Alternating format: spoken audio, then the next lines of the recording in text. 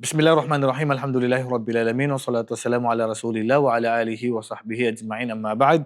Assalamualaikum warahmatullahi wabarakatuh. So bilang pagpapatuloy ng ating talakayin kaugnay sa Arba'una Majlisan fit Tarbiyya al-Imaniyya, ang apat na pong pagtitipon pang-edukasyon kaugnay po sa pagpapalakas po ng ating pananampalataya. So natalakay natin nakaraan ang tungkol sa mga paggunita at pag-alala sa Allah Subhanahu wa Ta'ala na ginagagawin natin sa araw at gabi. Kabilang dito ang Sayyidul Istighfar. Sayyidul Istighfar, yung pinaka mataas na antas ng pag-alala sa Allah Subhanahu wa Ta'ala. Sayyidul Istighfari at pinakamataas na antas ng paghingi ng kapatawaran sa Allah Subhanahu wa Ta'ala. Ano yun? Allahumma anta rabbi, la ilaha illa anta khalaqtani wa ana abduka wa ana ala ahdika wa wa'dika mastata'tu wa a'udhu bika min syarri ma sana'tu wa abu'u laka bi ni'matika alayya wa abu'u bi dhanbi faghfir li fa innahu la yaghfiru dhunuba illa anta. Yan, pag binasa natin yan, ay magkakaroon din tayo ng proteksyon sa Allah Subhanahu wa Ta'ala. Pangalawa, pang-apat na paggunita o adkar, Bismillahilladzi la yadurru ma'asmihi syai'un fil ardi wala fis sama wa huwas samiul alim. 3 beses natin babasahin ito. Magkakaroon din tayo ng proteksyon mula sa Allah galing sa Allah Subhanahu wa Ta'ala. Bibigyan tayo ng Allah Subhanahu wa Ta'ala ng proteksyon sa anumang kasamaan at panganib na darating sa buhay natin. Kabilang dito ang mangkala, yung Bismillahilladzi la yadurru ma'asmihi syai'un fil ardi wala fis sama wa huwas samiul alim lam yadurruhu syai'. Pag binasa mo yung Bismillahilladzi la yadurru ma'asmihi syai'un fil ardi wala fis sama wa huwas samiul alim, walang anumang masamang mangyayari sa iyo.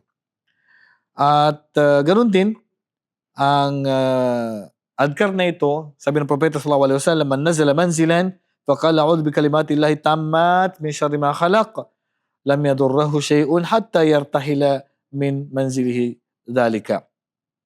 Ang sino mang basahin niya ito sa ang mga lugar kang mapunta at babasahin mo ito, a'udhu bi kalimatillahi tammat min syarri ma khalaq, ay pangangalagaan ka ng Allah Subhanahu wa Ta'ala, walang anumang mangyayari sa iyo, magkakaroon ka ng proteksyon hanggang sa pag-alis mo sa lugar na 'yan.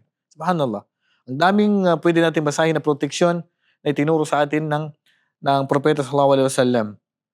At ito pa, ang sino mang basahin niya, man qala subhanallah wa bihamdihi fi yawmin mi'at marra, ang sino mang basahin niya ang subhanallah wa bihamdihi isang daang bisis, ay hutat khatayahu wa in kana mithlu zabadil bahar, ay buburahin ng Allah ang kaniyang kasalanan kahit bula pa yan ng dagat. So kahit konti ang kasalanan, ubusin ng Allah Subhanahu wa Ta'ala, burahin ang kasalanan natin pag dinamihan mong pagbigkas ng subhanallah wa bihamdi.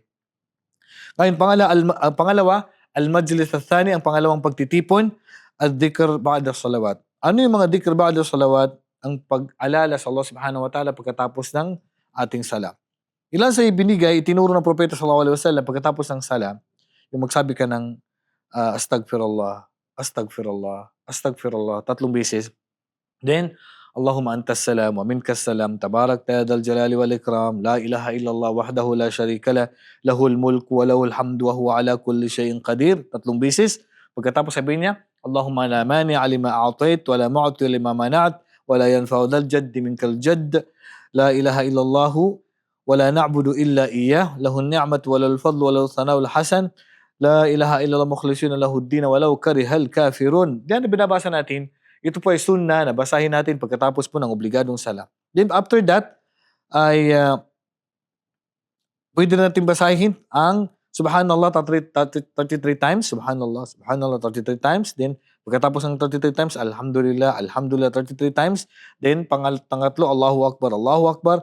Then pangumpleto, 99 lahat. Ang kukumplituhan niya sa 100, ang pagbigkas mo ng la ilaha illallah wahdahu la syarika lah, lahul mulku wa lahul hamdu wa huwa ala kulli syai'in qadir. Yan yung kanyang kakumplituhan.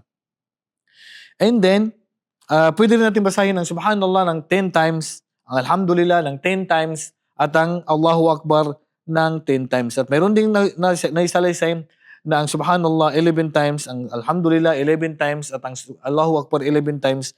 At mayroon ding naisalaysay na pwede mo rin bigkasin after nun, ang subhanallah 25 times, ang alhamdulillah 25 times, ang la ilaha illallah 25 times, at ang Allahu Akbar 25 times. Subhanallah. So, kahit saan doon, ay pwede nating ugaliin na basahin yun pagkatapos ng ating obligadong sala. Pangatlo, al-majlis al-thalith, ang pangatlong pagtitipon kaugnay sa edukasyong nagpapalakas sa ating pananampalataya ang kunuz bayna al-adhanain, ang kayamanan sa pagitan ng dalawang adan. Subhanallah, may kayamanan dito na pwede nating maipon sa pagitan ng dalawang adan.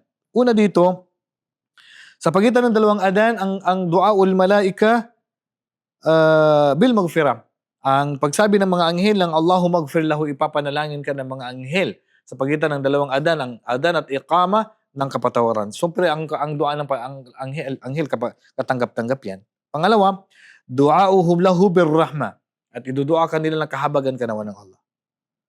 Pangatlo, duauhum biqawlihim wa tub alayhim, at idudua ka rin ng Allah na ipagkaloob sa'yo ng Allah ang pagbabalik loob. Subhanallah. Pang-apat, duauhum lahu biqawlihim Allahumma salli alayhi, at idua ka nila na Allahumma salli alayhi, naway puriin ka ng Allah subhanahu wa ta'ala. Panglima, salatun nafila o kaya ar-ratiba, at magsasagawa ka ng sunnah na sala sa pagitan ng dalawang adan. Pagkatapos ng adan, then pwede ka magsagawa ng dalawang sunnah na sala. Kabilang din dito, kaya punong-puno ng kabutihan at kayamanan yung pagitan ng dalawang adan. At ang pagdua sa pagitan ng dalawang adan ay katanggap-tanggap po. Sabi ng Propeta sallallahu alaihi wasallam, ad-dua la yuraddu bainal adhan wal iqama. Ang panalangin ay hindi tinatanggihan ng Allah sa pagitan ng adan at iqama. Subhanallah, i-grab natin ang oportunidad sa sa oras na to. Then, padako tayo sa al-majlis ar-rabi'. Ang pang-apat na pagtitipon, ang as-sunan ar-rawatib. Subhanallah, huwag nating kalimutan na araw-araw tayo magsasagawa ng sunan ar-rawatib, gagawa tayo ng Allah ng bahay sa paraiso. So, imagine, pag naisagawa mo ito, 12 na rak'a, sa 5 obligadong sala, mayroon ka ng subdivision sa kabilang buhay sa paraiso. Allahumma amin. Sabi ng Propeta sallallahu alaihi wasallam, man salla itnatay 10 rak'atan tatawuan min ghairi al-fariidati banallahu lahu baytan fil jannah. Sino man, sabi ng Propeta sallallahu alaihi wasallam sa hadis ni Ummu Salamah radhiyallahu anha, na makapagsagawa ng 12 na rak'a na voluntaryo na hindi sa obligado, ay gagawan siya ng Allah ng bahay sa paraiso. Subhanallah. So, ang daming sunnah na pwede natin gawin sa pagitan ng dalawang sa mga sala, before sala, after sala. Sa after Fajr o before Fajr, rak'at al-Fajr khairu min ad-dunya wa ma fiha. Ang dalawang rak'at ng Fajr mas mainam sa mundo at nilalaman nito. Subhanallah. So abangan natin ang susunod na usapin at talakayin at karugtong sa talakayin na ito. Wallahu a'lam wa sallallahu ala nabiyyina Muhammadin wa ala alihi wa sahbihi ajma'in. Assalamu alaikum warahmatullahi wabarakatuh.